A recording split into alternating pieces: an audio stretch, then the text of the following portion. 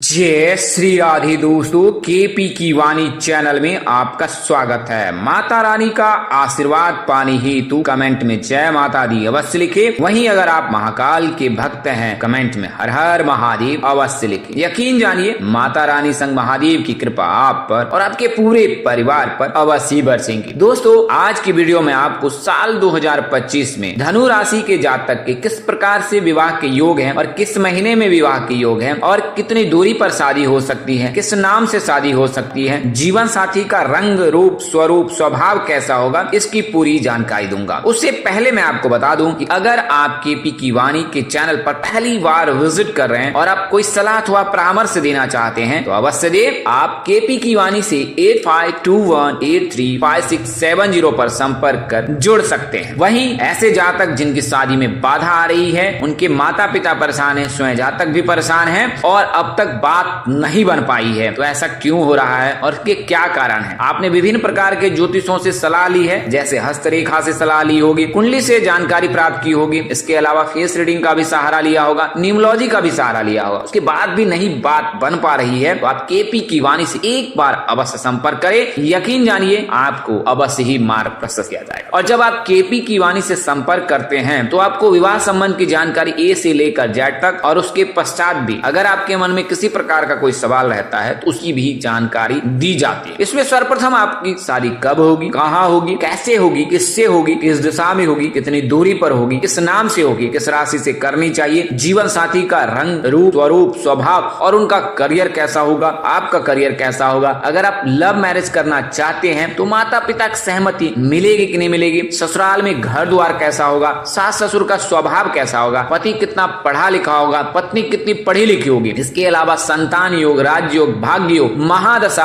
अंतरदशा, चरित्र, स्वभाव, अनुकूलता, सेहत, कैरियर और कारोबार, सभी प्रकार की जानकारी आपको दी जाएगी। और इसके लिए मामूली शुल्क ही ली जाती है, अन्य स्थानों से केवल और केवल न्यूनतम शुल्क ही लिया जाता है। जैसे आप मेहनताना समझ सकते हैं, हमारी पूरी टीम इस पर कार्यरत रहती है, तो इसके लिए मेहनताना शुल्क लिया जाता है। आप एक बार अवश्य संपर्क करें। वहीं अगर आप अपने बच्चे की जन्म कुंडली बनवाना चाहते हैं, कुंडली मिलान कराना चाहते हैं, दूसरे विवाह हेतु जानकारी प्राप्त करना चाहते हैं, दोष निवारण कराना चाहते हैं, तो भी आप संपर्क करें। आपका स्वागत है। तो दोस्तों, आज मैं आपको धनु राशि के जातकों की जानकारी दूंगा। तो सर्वप्रथम पहले धनु राशि के जातकों की प्राथमिक जानकारी ज्ञात कर लेते हैं। तो धनु राशि के जो भी जातक हैं, उनके राशि स्वामी जो होते हैं वो देवगुरु बृहस्पति हैं, देवताओं के गुरु हैं। इसके चलते ऐसे जातक धार्मिक प्रवृत्ति के होते हैं, धर्म कर्म में इनकी रुचि अधिक होती है, सत्य की मार्ग पर चलने वाले होते हैं, सत्य कार्य करने वाले होते हैं धनु राशि के जातक। वहीं इनके जो आराध्य हैं वो भगवान विष्णु हैं। तो भगवान विष्णु की कृपा से इनको सभी प्रकार के शुभ कार्यों में सफलता मिलती है और जहाँ सत्य है वहीं नारायण है और जहाँ नारायण है वहीं सत्य है। इसके लिए धनु राशि के जातक हमेशा आशान्वित रहते हैं, यानी उनमें यह विश्वास रहता है कि उन पर प्रभु की कृपा बरस रही है और प्रभु की कृपा से ही उनके सभी बिगड़े काम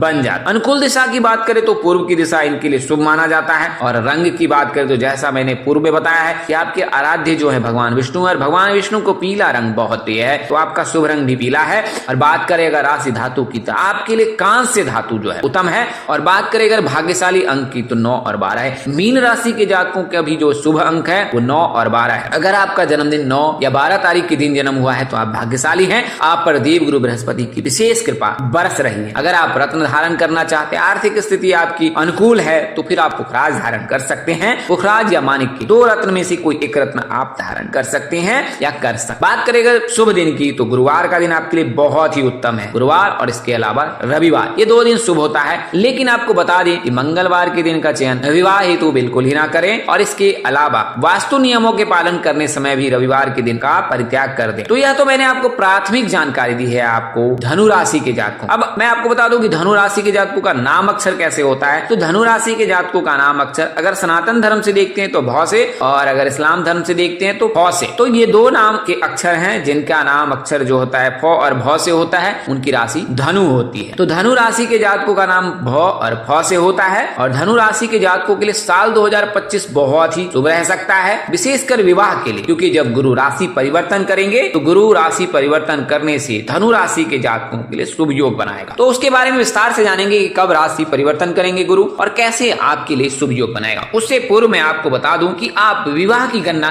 कैसे कर सकें। तो कुंडली अगर आपकी आपकी बनी हुई है तो आप विवाह भाव को देख सकते हैं। विवाह भाव यानी सप्तम भाव, और सप्तम भाव में अगर शुभ ग्रह है तो शीघ्र शादी के योग बनते हैं, और अगर सप्तम भाव में जो है अशुभ ग्रह है तो आपकी शादी में देर हो सकी है। अशुभ ग्रह किसे कहा जा सकता है तो इसके बारे में आपको जानकारी दे देता हूं, अगर आपको ज्ञात नहीं है तो। मंगल, राहु, केतु, शनि, ये विवाह हेतु अशुभ ग्रह की श्रेणी में आते हैं। हालांकि मंगल कैरियर के लिए बहुत शुभ होते हैं, कारोबार के लिए शुभ होते हैं। इसके अलावा शुभ ग्रह की बात करें तो बुध, गुरु, चंद्र, रवि, शुक्र, ये सभी शुभ ग्रह हैं। कई ज्योतिष सूर्य को नकारात्मक दृष्टि से देखते हैं और उसे अशुभ ग्रह की दृष्टि में श्रेणी में रखते हैं या अशुभ ग्रह की दृष्टि से देखते हैं। लेकिन मैं आपको बता दूं कि सूर्य ऊर्जा के कारक हैं, पिता के कारक हैं, आत्मा के कारक। तो सूर्य जो है आत्मबल प्रदान करते हैं, मार्ग प्रशस्त करते हैं, करियर को नया आयाम देते हैं, कारोबार करना चाहते हैं तो सूर्य का मजबूत रहना बहुत ही अनिवार्य। तो सूर्य को मैं स्वतः शुभ ग्रह की ही श्रेणी में रखता हूं। तो सूर्य, बुध, रवि यानी सूर्य, चंद्रमा, शुक्र, ये सभी ग्रह शुभ ग्रह हैं और इनके रहने पर शीघ्र शादी के योग बन जाते हैं। शनि, केतु के रहने पर 30 वर्ष, सूर्य, शुक्र और राहु के रहने पर अधिकतम 27 वर्ष, गुरु और बुध के रहने पर अधिकतम 24 वर्ष, चंद्रमा के रहने पर 25 वर्ष तक विवाह के योग बन। अगर कोई जातक मांगलिक है और उनके विवाह में देर हो रही है तो आपको मैं बता दूं, अगर आप लड़की हैं तो कुंभ विवाह पूजन अवश्य करा ले, और अगर लड़के हैं तो अर्क विवाह पूजन अवश्य करा ले। और अगर आपके पास सुविधा है तो आप मंगलनाथ मंदिर उज्जैन में स्थित है, वहां पर भात पूजन अवश्य करा ले। और जब आप भात पूजन का करा लेते हैं तो उसके पश्चात फिर आपके मंगल दोष का निवारण हो जाता है। कई ज्योतिष सलाह देते हैं कि मंगल दोष 28 के बाद समाप्त हो जाता है। तो आपको बता दूं, एक चीज का अवश्य ध्यान रखें कि मंगल का प्रभाव आप पर नहीं, आपके जीवन साथी पर पड़ता है। तो विवाह तो हो जाएगी, शादी तो हो जाएगी, लेकिन इसका जो प्रभाव है वो आपके जीवन साथी पर पड़ेगा। इसके लिए निवारण अनिवार्य। आइए आप वीडियो में आगे बढ़ते हैं। तो जैसा कि मैंने आपको बताया है कि अगर आप दूरी की बात करें तो अगर विवाह भाव में वृषभ, सिंह और वृश्चिक राशि, कुंभ राशि स्थित है तो शादी जो है वो 90 किलोमीटर की दूरी पर होगी। वहीं अगर इस जगह पर शुक्र, चंद्र और गुरु है तो शादी घर के आसपास होगी। अगर सप्तम भाव में मेष, कर्क, तुला और धनु है तो ससुराल जो है वो 200 किलोमीटर के अंदर होगा। वहीं अगर इस स्थान पर मिथुन, वृश्चिक, धनु या मीन है तो शादी जो है 80 से 100 किलोमीटर की दूरी पर हो सकता है। तो यह तो जानकारी मैंने आपको दूरी की बताई है। अब मैं आपको जीवन साथी के बारे में बता दूं। सूर्य के रहने पर मन मुताबिक जीवन साथी मिलता है, गुरु के रहने पर बहुत ही खूबसूरत हैंडसम जीवन साथी मिलता है। अगर आप लड़के हैं तो खूबसूरत जीवन साथी मिलेगी, और अगर लड़की हैं तो हैंडसम, मन मुताबिक, मनोवांछित जो है वर प्राप्त हो सकता है। वहीं अगर मंगल है तो तेज हो सकता है, गुस्से का तेज हो सकता है, वो आवाज वजनदार हो सकती है। इसके अलावा अगर मंगल नीच का है तो फिर जातक को जो है मन मुताबिक जीवन साथी नहीं कह सकते कि मिलता है, और इसकी उन्हें अग्लानी हमेशा रहती है। तो इस प्रकार के जो है आप अगर बुध है तो बुद्धिमान जातक मिलेगा, जीवन साथी मिलेगा। शुक्र है तो सुखों में वृद्धि रहेगी, प्यार रोमांस में वो उनकी अधिक सक्रियता रहेगी। इसके अलावा सूर्य है तो कैरियर, कारोबारी हो सकता है, कैरियर में उच्चतम स्तर तक वह पहुंच सकता है। इस प्रकार का जीवन साथी प्राप्त हो। अब मैं आपको बता दूं कि कैसे धनु राशि के जातकों के योग बन रहे हैं। तो साल 2025 में देवगुरु बृहस्पति जो राशि परिवर्तन करेंगे वो राशि परिवर्तन करेंगे 14 मई को देर रात 10:36 और मिथुन राशि में जब गोचर करेंगे गुरु तो 18 अक्टूबर तक जो है ये इसके चलते मिथुन राशि में गुरु के गोचर होने के चलते धनु राशि के जातकों की जो है विवाह के योग बनेंगे साल 2025 में। तो अगर आप धनु राशि के जातक है तो साल 2025 में मई महीने के बाद जो है आपके लिए विवाह के योग बनेंगे, क्योंकि आपके जीवन साथी भाव को जो है गुरु देखेंगे, और जब जीवन साथी भाव को गुरु देखेंगे तो आपके विवाह के योग अवश्य ही बनेंगे। तो यह तो जानकारी मैंने आपको दी है धनु राशि के जातकों की। आपको बता दें कि अगर आप धनु राशि के जातक हैं तो आपका नाम अक्षर भ, ध, फ से हो सकता है, और विवाह के योग जो है 21 वर्ष के बाद बनते हैं। और बात करें अगर नाम अक्षर की तो एच नाम के जातक, पी नाम के जातक और आर नाम के जातक के साथ विवाह के योग रहते हैं धनु राशि के जातकों की। अगर बात करें विवाह की तो मकर राशि, मीन राशि, कन्या राशि, मेष राशि के साथ विवाह करना श्रेष्ठकर होता है अगर आप धनु राशि के जातक हैं। अगर बात करें महीने की तो साल 2025 में जो है आपके विवाह के जो योग हैं वो फरवरी महीने में है, मार्च महीने में है, अप्रैल महीने में है, जून महीने में और नवंबर महीने में भी है। इसके अलावा दिसंबर के महीने में भी आपके विवाह के